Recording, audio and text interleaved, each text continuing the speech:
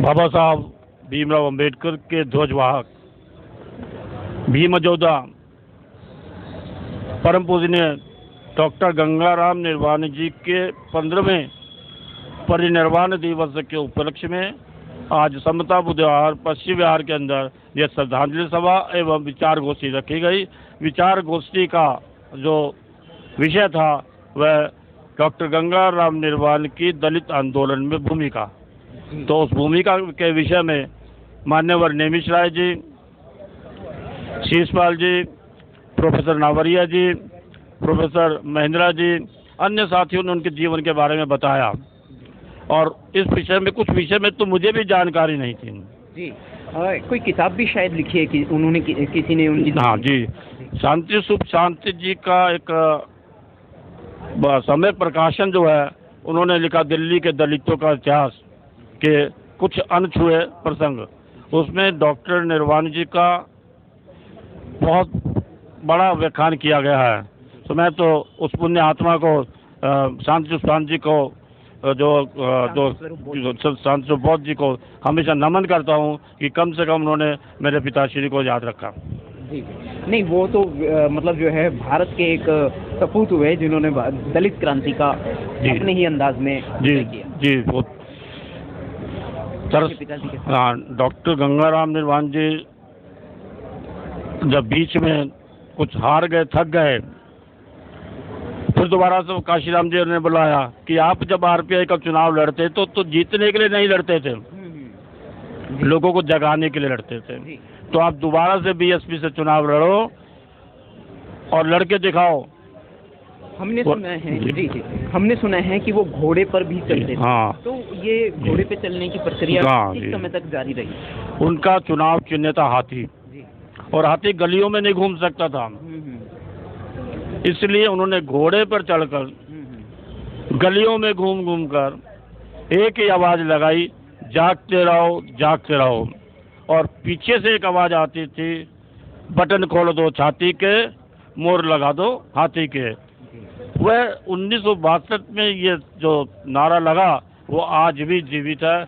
मुझे देखकर ऐसा लगता है कि मेरे पिताश्री आज भी जीवित है। यहाँ कभी ये नारा बुलंद होता है कि बटन खोल दो छाती के, मोर लगा दो हाथी के। जी, आपने किस समय तक उनको देखा है घोड़े पर इस तरीके से जागते रहो के नारे लगाते हुए?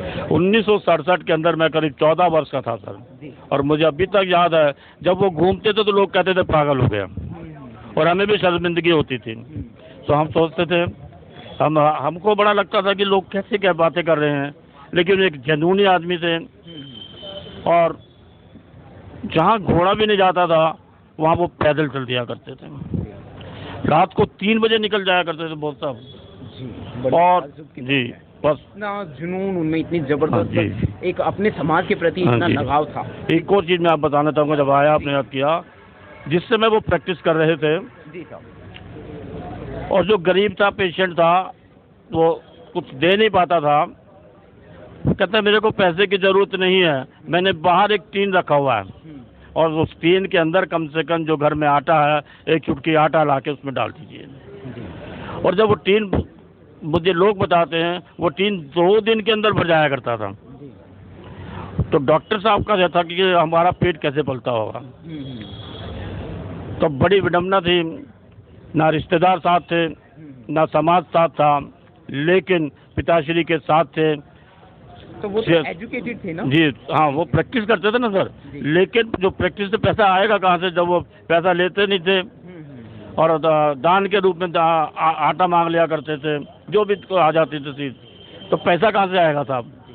तो पैसा जो आता था सर, मैं आपको बताना चाहूँगा, एडवोकेट शेर सिंह जी हुआ करते थे, जो 1952 के अंदर शेड्यूल कास्ट फेडरेशन से चुनाव लड़े थे। श्याम सुंदर लाल जी जो बाद में सांसद बने, पक्के बौद्धाचारी हैं अभी भी। आज उनके पुत्र डॉक्टर अनुराग जी आए थे, उन्होंने उनके विषय में बहुत कुछ बताया।